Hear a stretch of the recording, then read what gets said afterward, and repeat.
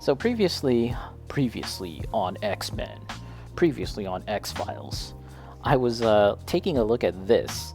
This is yet another thing that I picked up at the dollar store, the Art of Hearthstone. This was $5, so it wasn't actually a dollar. But yeah, like, this is a legit art book. Like, look how thick this is. And we were just perusing it, going over the Art of Hearthstone, and it's nice. Like, you know, this art style isn't actually like my favorite kind of art style. Let's adjust the camera a bit. Kind of get up there. Get up there. This isn't like my favorite art style, to be honest, but it is nice, right? It's very slick, it's very polished, and it's very, very popular, of course. You know, the whole Blizzard look.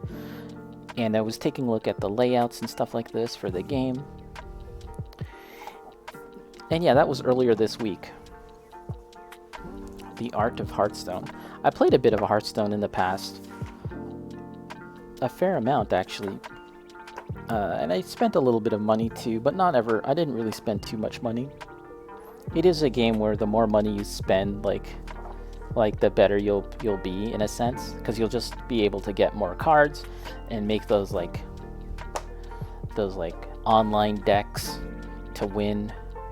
Yeah, man, like for $5, yeah, all day.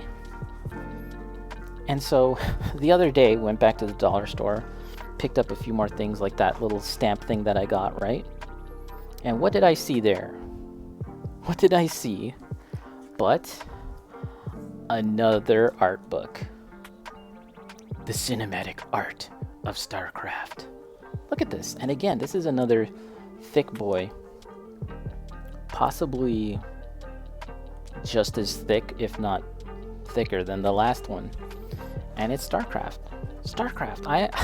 So unlike Hearthstone, I never really played too much Starcraft. The old one from the 90s or the new one that came out a few years ago, I never really played all that much Starcraft. But again, you know, this was just something at the dollar store. Yeah, let's go. I'll pick this up. I'll take a look, right? And this does cover mostly the modern Starcraft games that were released a few years ago. It does kind of get into just a little bit of the older games. But yeah, let's take a quick look at this. Again, we won't go through every single page, but let's just take a look. Why not? And yeah, for Warhammer fans and 40K fans, there's a lot of there's a weird history there between Warhammer and StarCraft, or 40K and StarCraft. But yeah, here we go. Introduction: StarCraft and Brood War, Wings of Liberty, Heart of the Swarm, and Legacy of the Void. StarCraft and Brood War. The tides of an unwinnable war are upon us, and we must seek refuge upon higher ground lest we be swept away by the flood. Emperor Arcticus Mensk. By the end of 1996, Blizzard Entertainment had made its mark. Warcraft and Warcraft 2 had been major hits in the real-time strategy genre, and a highly anticipated expansion called Beyond the Dark Portal released to strong reviews in April 1996. Later that year, Blizzard released a game that was a dark, brutal take on the fantasy genre called Diablo. Blah blah blah. I don't want to read all this, but yeah, here's some CG from like the cinematics, I guess. It was very simple at the time. Like, you know, obviously a lot of the CG isn't as nice as like what you would see nowadays, but you know, sure, why not? And yeah, that was the extent of the old game, I think. Now we're getting into the new games. I don't know if anyone here has played StarCraft. It was a big deal a long time ago, but yeah, when all my friends in high school were playing StarCraft, for one thing, I think our computer wasn't that great. Or if it wasn't that, it was more like, I was just way more into Warhammer, to be honest. I was just way more into painting miniatures, painting 40K, painting Warhammer Fantasy. So yeah, I never really got on it with all my friends that did. But yeah, it's pretty cool. Okay, let's kind of hurry things along. Of course, what is this guy's name? Like Jim Raynor, Jim Trainor, Jim Raynor. I don't know. You can see kind of like how. Yeah, there was a game called Starcraft Ghost that was gonna come out. I wonder if that's part of this. Just drool coming down her mouth? What's up with that? Oh, that guy looks cool. Although that's, you know, voodoo tribal trinkets. It's a little weird. I don't know.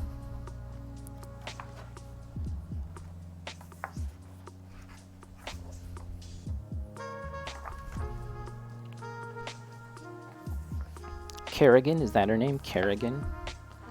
Yeah, and they were gonna make some kind of game called like Starcraft Ghost or something. The resolution on this isn't that great. You can see some artifacting. I think they attempted to kind of like up-res it in some way. Human Kerrigan, yeah. Yeah, things like this is very reminiscent to Warhammer, the aesthetic of Warhammer 40k. I'm very glad that Warhammer has become more and more popular as the years have gone on. You know, maybe Blizzard felt like they had the freedom to kind of, I don't know what you want to call it, like be influenced by Warhammer 40k because they thought it wasn't going to be as popular, right? But yeah, now 40k is definitely a thing that a lot more people are aware of now, and the aesthetics and stuff. But you know, when I look at this, all I see really, it's Daniel Gamer 884. How's it going, Daniel? First time chatter. What's up? What's up? How are you? We're just taking a little break from my regularly scheduled painting and hobby stuff.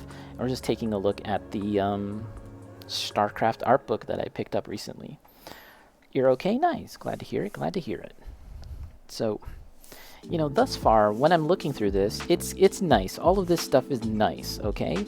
But none of it feels very, like, truly unique in a sense. None of it seems like really, like, unique to StarCraft in and of itself. Like, it just seems like a bunch of stuff that you've seen before. You know, obviously this whole bioorganic thing lends itself to Alien and H.R. Giger, you know, or the Tyranids from Warhammer. None of this is actually like super original. It's nice. All of it is nice, but it just isn't like standing out in a way where you're just like, whoa, I've never seen this before. Like these big mechs and stuff, and ooh, stuff is falling down. You know, you've seen this stuff before. It's all nice, but as I'm flipping through this now, I'm sort of wondering, like, why does this book have to be so thick? Why is this book so thick? It just covers a lot of it's just a lot of things that you kind of know and have seen before. I think a lot of this environmental design is really nice in terms of giving you a sense of place and the way the bridges come across and all these wires and stuff. I love stuff like that, to be honest. That's all really cool. And these are actually pretty great ideas if you were ever interested in making a diorama yourself. That might be kind of fun to kind of base your ideas around this. What was you build? Just curious. Yeah, so I've been painting these right here. These are Maschinenkrieger 35 1 in 35th scale models, and they're very close to being done. I'm just painting the last few details on them, and I've been working on some of the accessories like the weapons, ta-da, right here.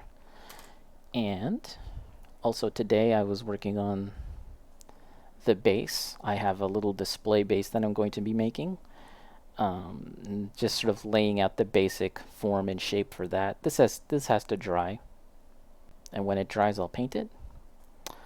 35. Oh yeah, and yes, I do have my 30-minute missions kit. Yes. Is that something that you're interested in there, Daniel? Do you like 30-minute missions? I'm working on this, which is going to be my Halloween build right here. This is my Halloween build, 30-minute missions. It's sort of like a witch on a broom. Oh, I gotta change up the music. But yeah, what have you built from 30-minute missions? This was actually my first 30-minute missions model. And I bought some extra packs, which I am going to be using for this. And I'd like to finish this up this month. I'm planning on painting it and adding some extra parts, blah, blah, blah. But yeah, pretty happy with this so far. This is just like kind of like a rough idea in terms of how I'd like it to be. But yeah, pretty happy with it. I was working on that earlier too. I forgot to mention that. I was kind of messing around with that. Alto was your first kit? Nice. So do you have like an Instagram or something where you've posted your models? I'd love to see what you've made. There's some really, really creative stuff out there that people have made.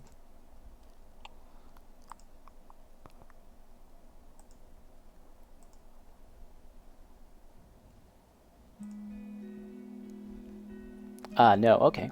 Fair enough, no problem. Like I said, I just love seeing the things that people make. Really interesting stuff. Let's get back to this real quick. Like I said, I don't want to go through every single page, but yeah, we've got a follow from Daniel. Thank you, follow. Thank you, follow. Thank you, Daniel, for the follow. Appreciate it. Thank you, follow, for the Daniel. But yeah, stuff like this. I was just saying earlier how all of it is nice, but not necessarily original or super, super interesting to me.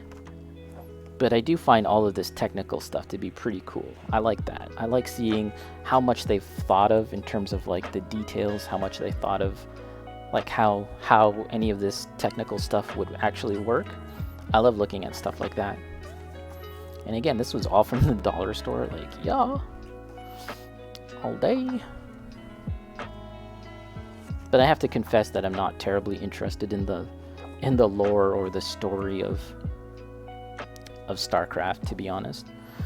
I feel like that's the case for almost everything that Blizzard does. I'm not too interested in World of Warcraft, the story, or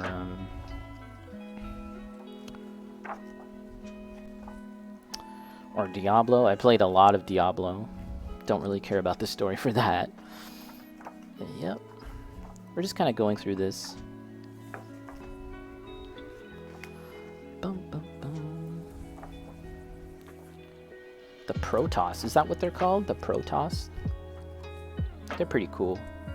And they look like something like the Eldar or the Tau from Warhammer. I mean, not one-to-one, right? They didn't straight up copy orcs either, like space orcs, thankfully. But yeah, actually, some of these designs are really cool. I was just saying I'm not too crazy about the human stuff, but actually looking at the aliens, particularly the Protoss, they look really cool. I really like their designs. It's a lot more original, I think. Really interesting. Look at that. Very cool. Ooh, this is really nice. I like this because it's kind of more expressive. It isn't very super detailed. It's kind of more of like a gestural look. I like that a lot. In my own artwork, I'm kind of like a rough and messy guy, and yeah, this kind of stuff I find to be really nice. Gives you more of a feeling of the just like a vague impression of it, but not like, you know, all the little nitty ditty details. Nitty gritty. This one's cool. It's like you can see the texture of it, almost as if it was made out of clay. Boom, boom, boom.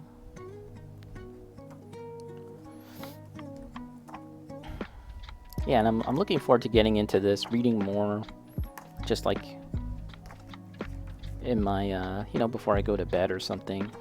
This one in the Hearthstone book, that'll be really nice to just get into and read. Jim Raynor, okay, that's his, there you go. Yeah, I think that's about it. I wonder what's the future of Starcraft. Like, we haven't seen a new game in a long time, and Diablo 4 is coming out next year, I think, and I'm pretty hyped about that. But yeah, maybe it's time for Blizzard to take a look at